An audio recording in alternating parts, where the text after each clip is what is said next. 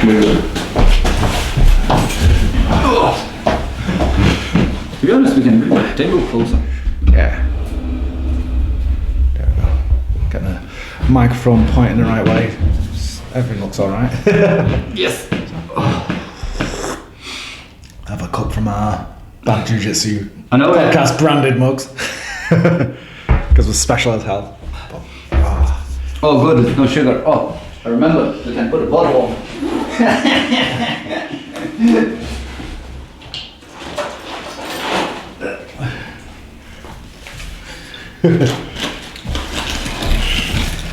You need a sugar.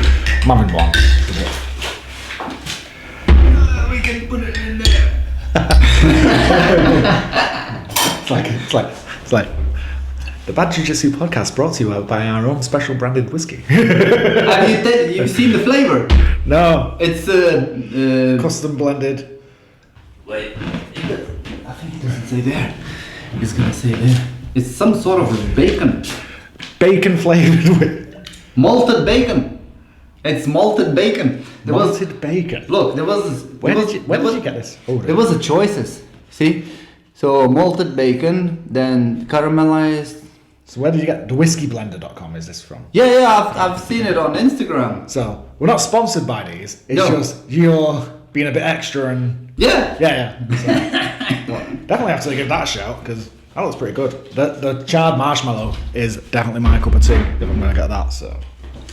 So we need to get another one like a marshmallow, and then get smashed. Yeah, smash. No, it doesn't call smash. Smash you get upstairs. It's called the shit face. Tossed. Absolutely blotto. But yeah, I do like a good whiskey though. I think I've done that. The Joe Rogan one. Yeah. I've got that Buffalo Trace. Is it nice? That's a really nice one. All right. There's not many. Well, I'm not like a super whiskey fan, but usually I get like a small ones. I put it in a glass, and when I smoke cigar, I just dip it in. Yeah. I brought you that one as well, didn't I? Yeah. I can't remember the maker that one, but everyone gets me a bottle of whiskey at Christmas at some point, and I just. Plus, I do like the shapes. They come in shapes. The bottle shapes. Yeah. Well, I've seen one. There's one like a big dragon, like a glass dragon. I'm like, oh. We're probably going to wind people up because I'm referring to Buffalo Trace as whiskey, and there's some people that are very strict that whiskey has to come from Scotland or Ireland. And this one is Scottish. Yeah, so that's whiskey. Yeah. Buffalo Trace is more of a bourbon, and Jack Daniels and Maker's Mark, it's up there, but better quality, nicer. So. Well, some of my friends they drink only Irish. Yeah, that's it. Some people only have Irish whiskey, some people only have Scottish. Jameson's. That's what they prefer. Yeah, I don't think my granddad likes Famous Grouse, and that's just a cheap, generally highly manufactured. I used to like Bell's. Yeah. That's like a cheap one. Yeah, it is. Yeah, it's the same with that, like Bell's is the dirt cheap one, then you get Famous Grouse, and you start getting into these other ones, which are pretty nice. So. I was going through the bottles today. Apparently, I've got a bottle of moonshine. Oh yeah. flavored one as well. Oh yeah. I think the last time I did moonshine, I was glamping with my missus. Oh right. And we went to and I can't remember where it was. I think it was just in Derby because we had to take the dog, and she just had the run of the place. Yeah. And I just went through something like 2 jars because moonshine comes in jars, right? Yeah, mine's in jar as well. Yeah, so, it's like a square jar. Yes, a mason jar. And I got this mason jar, and I think I went through 2 of them in a day. And it was 6 o'clock at night, and she's like going, "You're fucking out of it, aren't you?" I was like, well gone. It's like I can't even get into that hot tub. And when I used this hot fire hot tub, I was like, I can barely walk. I'm not climbing into it. It was apple pie flavoured. Oh right. Oh, and it was lovely, and it was like the one we have, I think it's caramelized. Yeah. We got it. There was like on the Christmas market. Yeah. Somewhere in Sheffield. Yeah. I've been putting a nice little mix to make at home for people if they're ever interested in it. All right. What they do, this guy at work told me to do, is you get the Jack Daniels, Mm-hmm. you get the apple Jack Daniels, right, and you mix it in equal parts with the Jack Daniels honey. Oh right. And it's like meant to be really nice. All right. Like, ooh, I've never been a fan of Jack Daniels somehow. I think it's a bit, a bit I too think cheap. It's mass produced, isn't it? Yeah, plus back in school we used to mix it with Coke. Yeah. Yeah, JD and Coke is a classic. Yeah. I think that's why I got tired of it. I'm surprised that Jack Daniels made its way to Lithuania. I thought you probably drank fermented goat piss or something. Nah, but we do over here. It's called White Lightning, so. But we are very good at making moonshine. Yeah. Well, my mum's side of my family is Irish, so they have the Pachin that they made, which is their version of moonshine, where it's just fermented crap in a bathtub that can strip paint from a wall. I know I have one of the uncles. He's back home, but he makes really nice moonshine. Yeah. The part of it I like it that next morning no hangover. that's as it's been done right then. Yeah. It's been filtered properly. What he does, he makes. Or distilled properly anyway. Yeah, and he makes it at home, but he makes like a small barrel. Yeah. So he makes it for himself. He never does for selling. That's it. I think the laws are around in the UK are around that way. You can make it for your own consumption, but you can't sell it unless you're. What is it allowed? In the UK, I don't think you're actually allowed to do it on a certain quantity. Well, I mean, most of the moonshine farms are in the forest deep. In the UK, we have a homebrew culture, but I don't think we have much of a distilling culture here. So, but I like a bit of homebrew. I just like a bit of beer. Yes. I can't wait for Germany. Not open mat on the last day. I think it's gonna be every day. It's not just the last day. Oh well, they got free beer on the last day, so it's like that's gonna be messy as hell. We're gonna see how many people throw up on a mat. Plus, they have those kegs, not steins, yeah. Yeah. Germany's just gonna be mental. It's like we've got yoga at 6 a.m. It's like I've got a hangover at 6 a.m. So no knee on the belly. If I'm drinking that much, knee on belly's gonna be coming out both ends. It's gonna be liquid and solid out of both ends. I mean, it's gonna be disgusting. We're gonna be banned. The BJJ Globetrotters will disavow us. Depends what you eat, yeah. Yeah. If you eat nothing, still something's coming out. It's just gonna be a lot more foamier. Yeah. Well, yeah. So we're back again for our next for episode. our podcast. Yeah. Our second proper filmed one. Yes. The last one, because we've missed a week now because life got in the way. Yeah. Even more so than it previously did. And we did one where we recorded in the attic during a session. Which that went well. Yeah, it went a lot better than I thought it would. It's even though we were two little figures in the distance at the end. I know, yeah, more like a pixel. Yeah, I'm there in my awful blue, jazzy rash guard, and you were there within your civvies because you had your shoulder issue. But I know, yeah, but we're actually back in the waiting room that we've stolen from Steve. I know, yeah. Yeah, thank you for Steve letting us to do that. You've decorated it very well for us, Steve. We do really appreciate it. Yeah. Oh, my camera's turned off. Why? I don't know. Is it because of battery? It's been charged. Unless you didn't set up how long it can record. Probably not. We'll just leave it. We'll use your camera. We'll figure out how to sort my camera out. Because there is, like on my older camera, there's some sort of settings. Basically what you do, if you don't set it up properly, so let's say my camera is limited. Like a 5-minute record or something. No, my camera's limit is like 30 minutes. So. Or let's say I'm not sure, but sometimes on the newer cameras what they do, if they reach certain time, but they still could record, but it shuts it off just to in case it overheats. Yeah, shuts the screen off and well, the whole barrel's gone back. Yeah, I know. That's well turned up. There's like technical difficulties there. It's all right.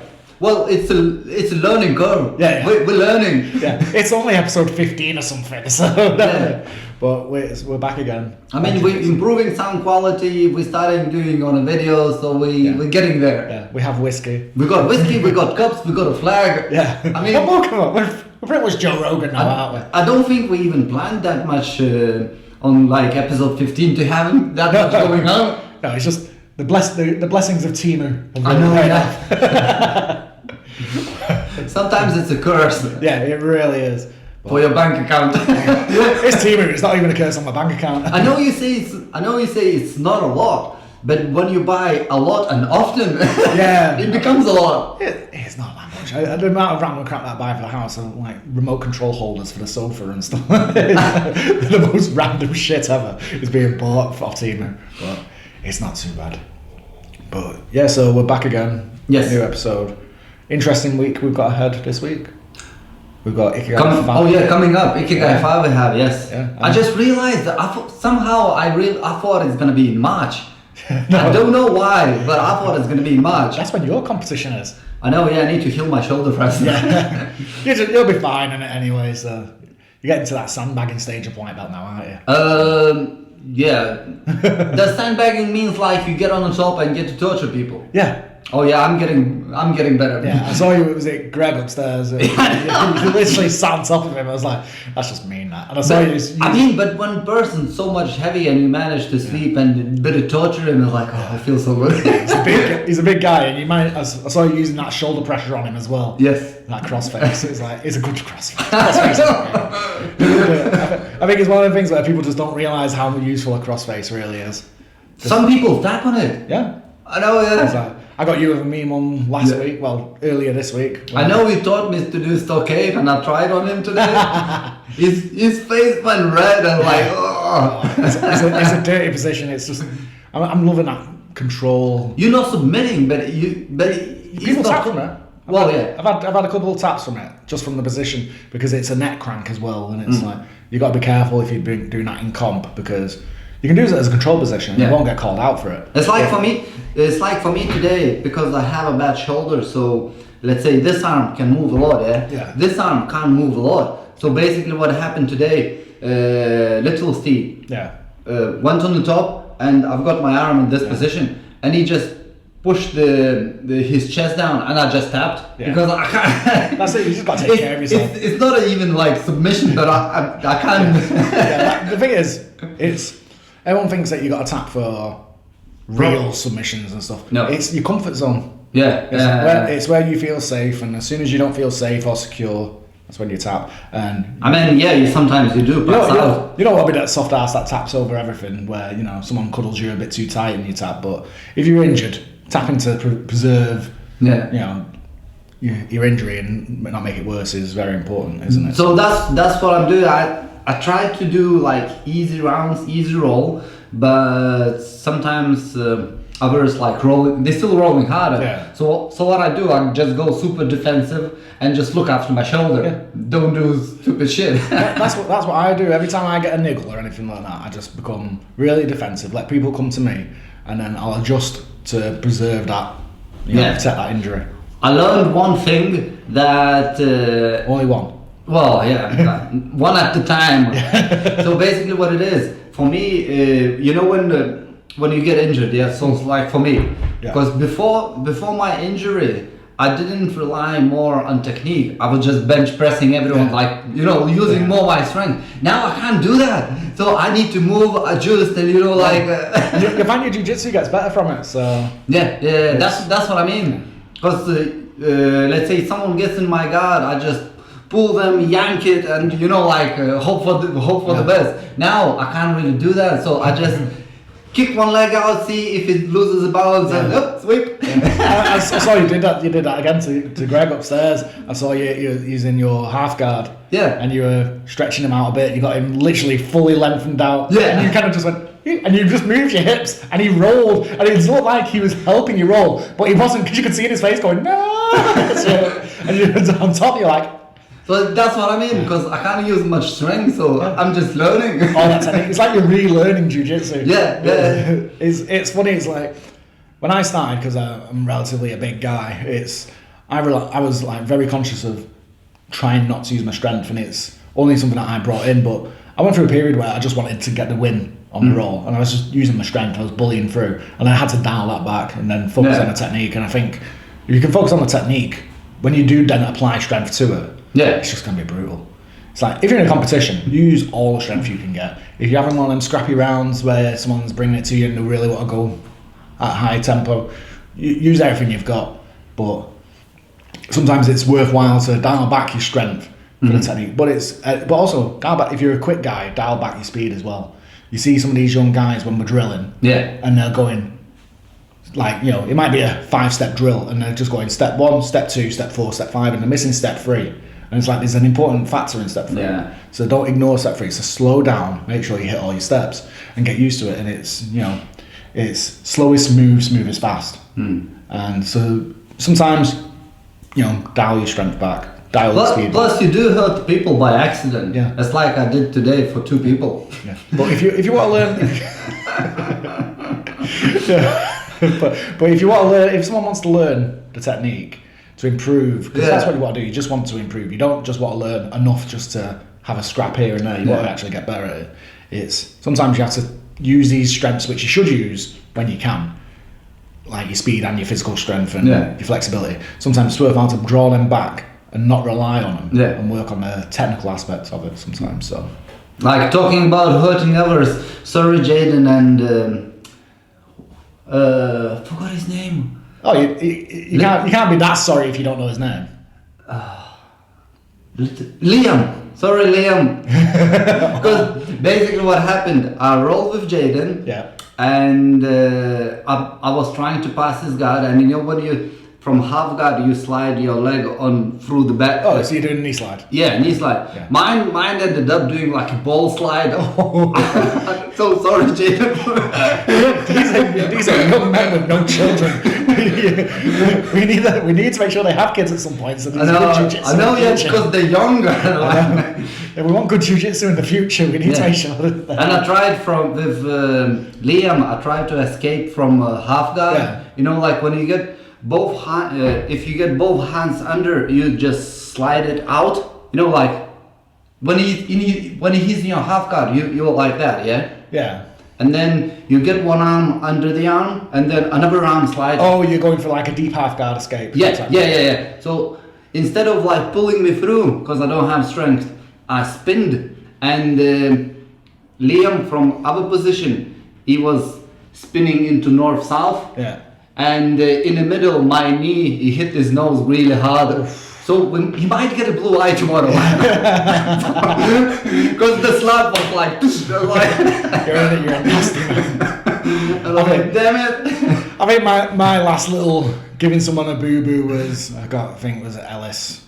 I think it was, might have been the week before last, and it was, as we're rolling, he's just going easy on me, but he gives me a bit of an angle, and I kind of give him like that Chris Benoit cripple across his face, nose, and just drag it like that, and it's, I think blood came out of his nose.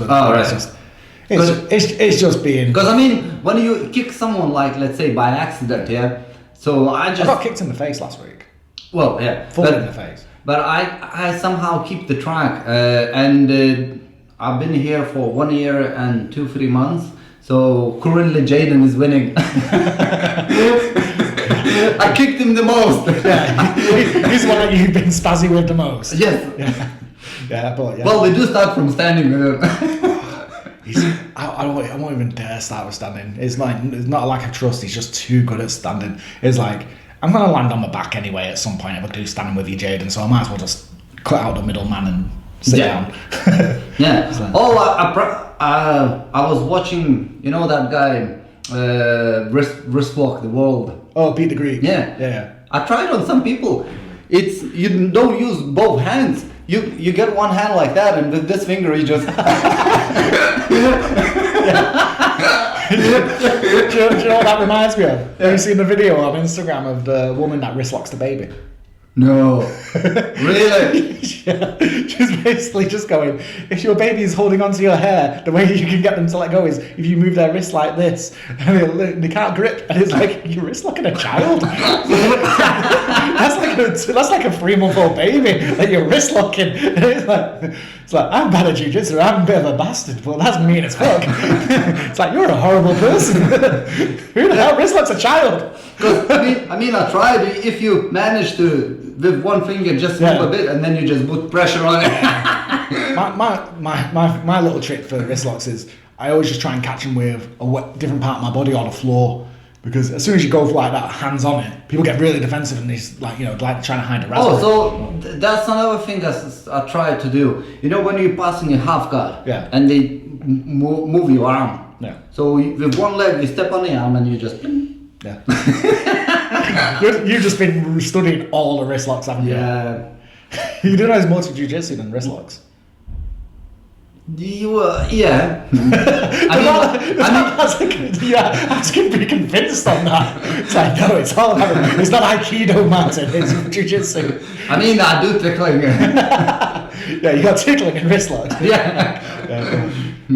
Yeah. And we learned this week, there's certain people you shouldn't tickle after I got a slap. I know, yeah. So you tickled the... Jasmine. Jasmine, Yeah, and she slapped me. You got slapped.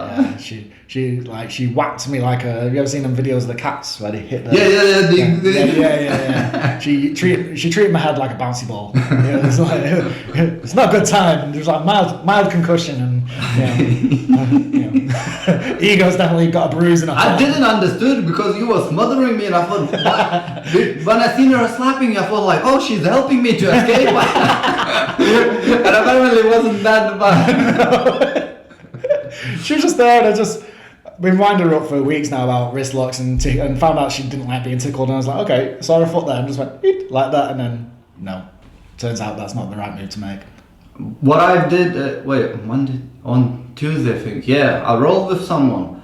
I was on a mount, and I was trying to do the stockade, he didn't roll and another team was rolling next to us. So I tickled their feet and they kicked the lower person because you're just making a chain of misery now.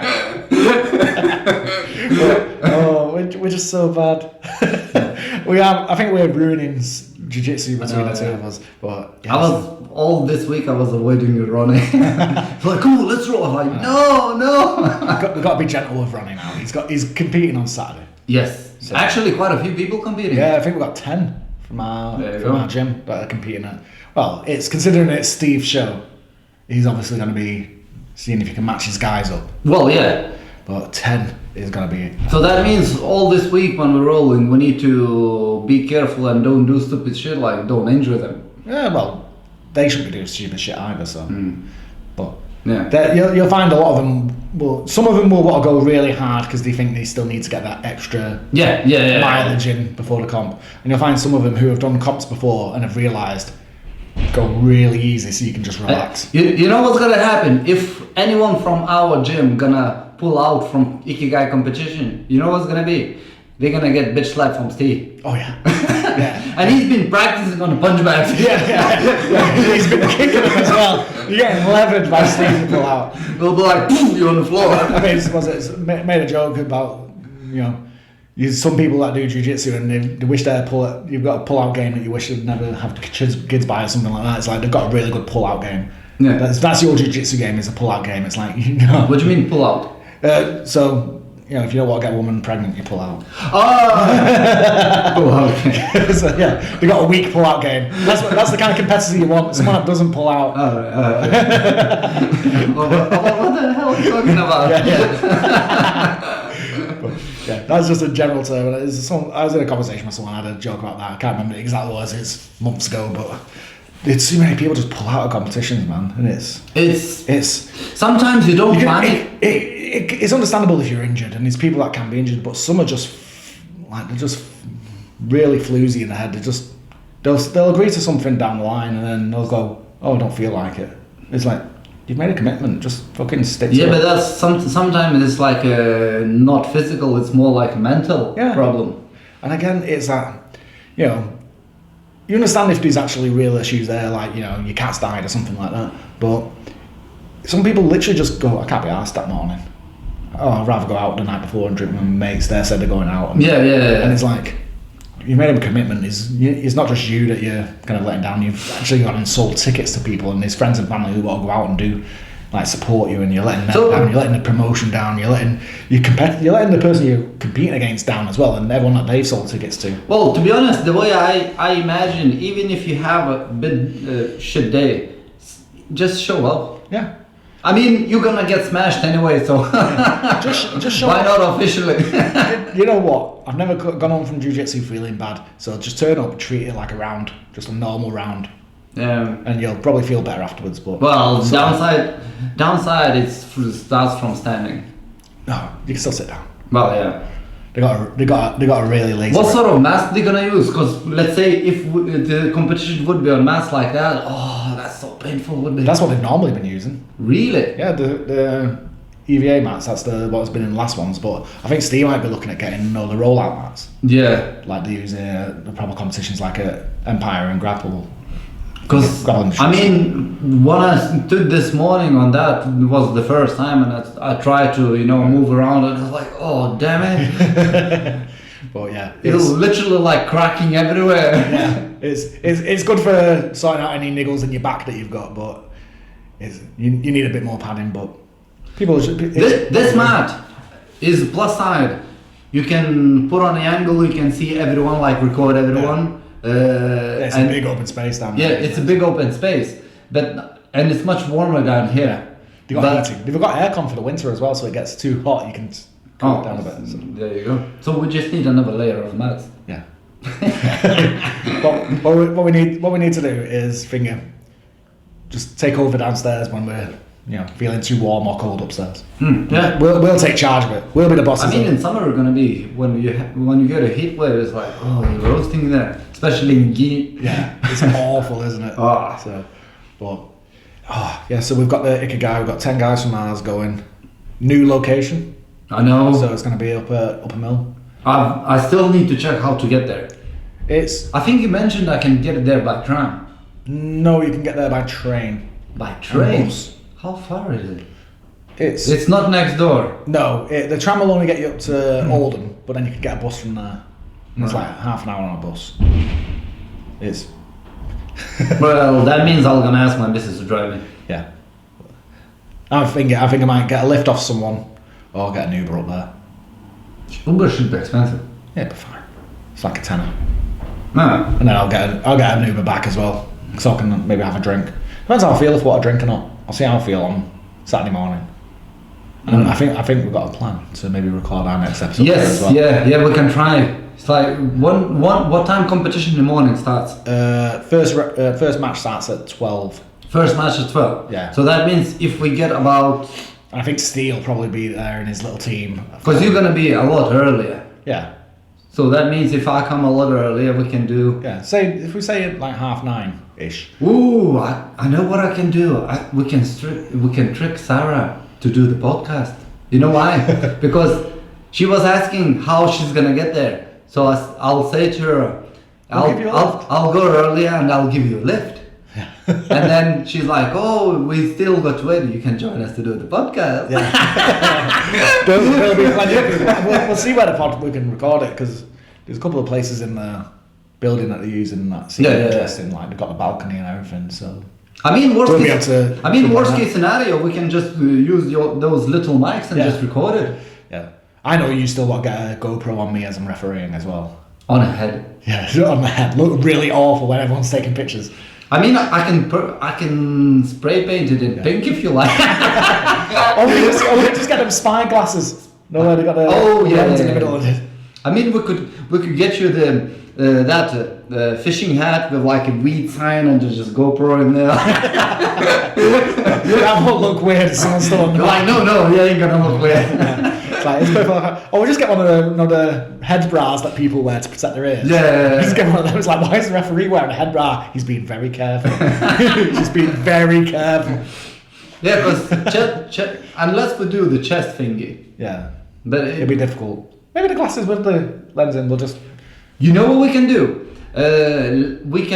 You're rolling tomorrow. Yeah. So what if I'll have a couple of light rounds and then I should be alright. So I was thinking, when you take a break from light roll, what if we put the chest mount on you, put the GoPro on, and let's pretend you like looking at people how they're rolling, and then we'll see the footage how it looks from the chest. No, that's just too complicated.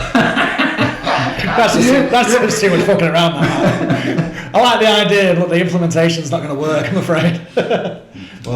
I mean, I had another idea, but then you ain't gonna like it, because I thought like you get big pole. And stick it in my ass or something. 360, actually, I was thinking. I just bent over, it's like, look everyone! Or it's from between my legs, really good. There's Sean! It's steaming up. Sorry, I had beans. I think we would be banned from Ikigai. Yeah, I think it might be anyway at some point. I think Steve only keeps us around because we're useful. I know. But it's going to be a different one as well, because the last one, like at the Catholic club, they had the issue with the mat being close to their stage. I know, yeah. The mat's not going to be close to the stage this time. Really? So there's going to be a lot less issues there for me worrying about people jumping in that. But to be honest, that means if I'll get there early, I'll find a way to set up the camera. I can just leave it there and just record. Mm-hmm. Yeah. Well, again, you've got the balcony upstairs. If Steve's closing the balcony off, just make sure people can't go up there, which might be a good idea. Ooh. You could potentially set up at the top of the balcony, pointing down onto the mat. I was thinking, if you're not a referee, we could like put the table, microphones, and like Joe Rogan doing like that thingy. It's the fight night where he's like the commentating. That. Imagine commentating on it. It was like he's doing something. It's Jiu Jitsu. Yeah. Imagine me explaining what they're doing. Yeah. I think they're rolling now. Was that a sweep? I don't know. I don't know. Yeah. I'll Google it. What move is that? It looks like an armbar. It might not be. Yeah, you need more like experienced people who do that. You really do. So, but we've got a new location. But there's a lot more matches gonna be. Yeah, I think there's gonna be about 30 matches. There you go, because I know I've seen it. It starts, let's say, like you said, 12, but it finishes around 6. Yeah. So it ain't gonna be like 10 matches. No, it's gonna be a lot of matches. And then I think this is going to be that good little warm up of sorting out the location before the Ikigai 6, which is the 5K tournament. Is it not going to be on the same area? It's not going to be on the same area, like same upper mill. Yeah, it's going to be the same location. All right. I think he's signed off the next 5 events are at that's that location. So, but I think because this is the first one in the new location, it'll be organising and just figuring out how things are laid out. And I think Jaden is doing super fight. Yeah. Yeah, that's gonna be nice. He's gonna be doing it. It's gonna be nice and easy win for him. Yeah. he's doing Empire as well with you. Yes, I've seen it. Yeah. So that's gonna be a good one. He's doing the elite, isn't it? He's like, what do you mean elite? I think it's if you've got over 6 years experience. Oh, he black belts. He's a brown belt. Yeah. Oh, that's gonna. Yeah. I'm guessing he's doing a no-gi. Yeah, he's doing no-gi. We need to push him to do gi. Yeah. No one likes gi anymore.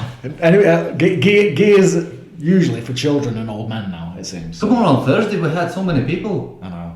Has Lucas turned up yet? Yeah. All right, because he hurt his toe, didn't he? There was like 8 people in gi and 3 people in no gi, which was like we're winning. You get to torture Kenny. Yeah, everyone's just torturing Kenny. I think Coco's good. She's been turning up and she doesn't gi, doesn't she? The young black lady. Oh, okay. I didn't know the name. I'm really bad with names. Yeah, but she's good. I've rolled with her. Yeah. I rolled a couple of times. She's really good. She's quick. That's it. She's very quick. But it's going to be a good one, this Ikigai. And then we had the last weekend just gone. Well, the last week just gone. Yeah. We had the IBJJF Europeans. Oh yeah, one of our guys go there because we're not IBJJF affiliated, are we, as a gym? It's just a point game. That's what I don't like it. It's submission or no submission. They're pretty simple. I think the point game's useful to a certain extent of you can determine a winner objectively.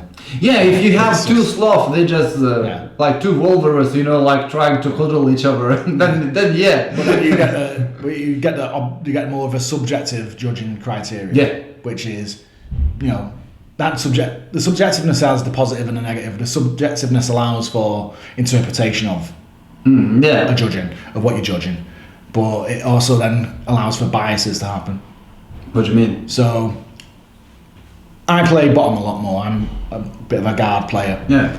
So, if I was judging someone rolling, I'm going to see that person who's playing guard and see their game. He's lazy as fuck. No, I'll give a bit more weight to what they're doing if they're being active at the bottom, because I play that type of game. I know what that type of game entails. Whereas if someone who's very stand-up dominant, top game, doesn't play guard whatsoever, looks at that person, they're going to see someone that's just being lazy, right, not being productive. So your own biases can come into it when you have a subjective system. I mean, because let's say the way I've noticed, it's like if two people rolling and you get in the guard, yeah, and till end of the round the person doesn't manage to pass your guard, the one on the ground wins. Yeah. Because I mean, it's like advantages are given and penalties and stuff, and it's weird but go for submissions. Submissions being yeah. I think with like speaking to Steve.